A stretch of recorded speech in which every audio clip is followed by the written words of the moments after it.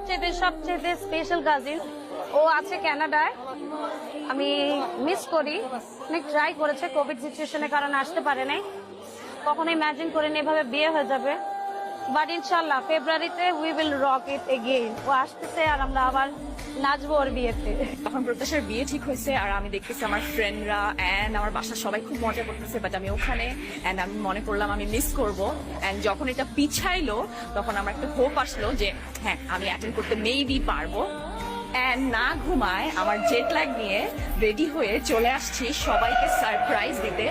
I am very excited and I am nervous two.